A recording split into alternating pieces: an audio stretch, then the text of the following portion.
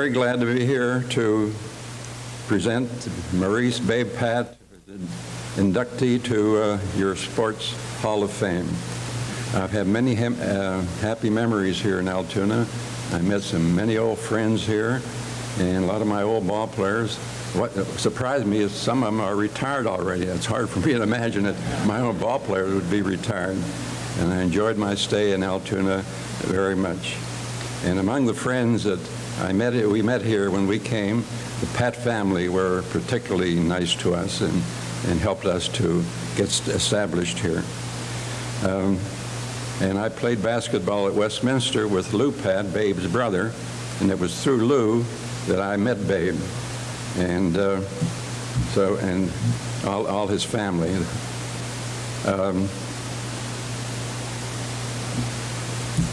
See, Babe, that's right. I must confess, I never saw Babe play as an athlete. I know he was a good one, and you have his, I guess, career in that booklet that you have. So I only really knew him as a personal friend. He was a very good friend of mine. I know he did graduate from Carnegie Tech, or Mellon as they call it now, with an architectural degree, which surprised me. I could never imagine Babe as an architect. I know he never practiced his profession. And he, of course, was in the service as a lieutenant in the U.S. Navy in the South Pacific, probably one reason why we were able to win the war.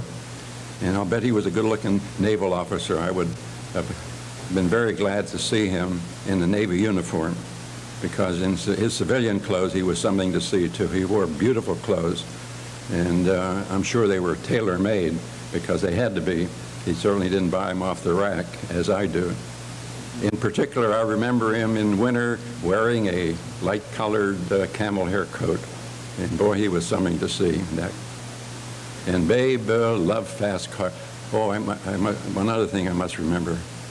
Babe was a big man, and he had by far the biggest hands of any man I've ever seen. And once I said, Babe, you could probably pick up almost anything or with those big mitts of yours. And he said, you bet I can. I can even pick you up. And boy, he did. He put me under his arm like I was some little kid. And I wasn't exactly a lightweight. In fact, I was 20 pounds heavier than I am now. And Babe loved fast cars, and big ones too. I remember a trip we took to Philly, barreling down a highway at least 80 miles an hour. And I said, Babe, you're going to get pinched if you keep this up.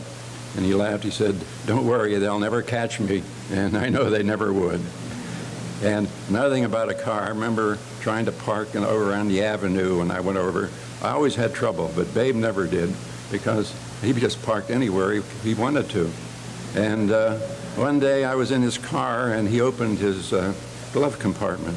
And lo and behold, inside, I'll bet there were a dozen parking tickets there. And I looked, said, Babe, you're going to get pinched. I know you are. And he laughed. He said, don't worry about that. He said, the police chief, I played ball, and we're friends, so he'll never do that to me. And Babe was also a very shrewd card player. I never played with him. I don't believe he was a bridge player, as I am forced to be. I think gin was his favorite game. I would never play for him because I know he would have taken me to the cleaners. Usually, many times he would leave us and go and say, I'm going over town and play gin with my pigeon. And that was one of the merchants that lived around, that had a store on 12th Avenue. His name I don't recall, which is, I guess, just as well. I guess you know what pigeon means in that case. And Babe, being a big man, was very generous and caring, humorous. And before he was married to Dorothy Patt, we spent many a happy hour at the old 40 and 8 in Pleasant Valley. And frequently on Saturday nights, after they had been around the town, done the town, they'd stop in our home at our home in El Dorado, and we would have a sandwich, usually of corned beef on rye. Remember corned beef we bought at a deli on, I think it was 11th Avenue. It was by far the best we ever had.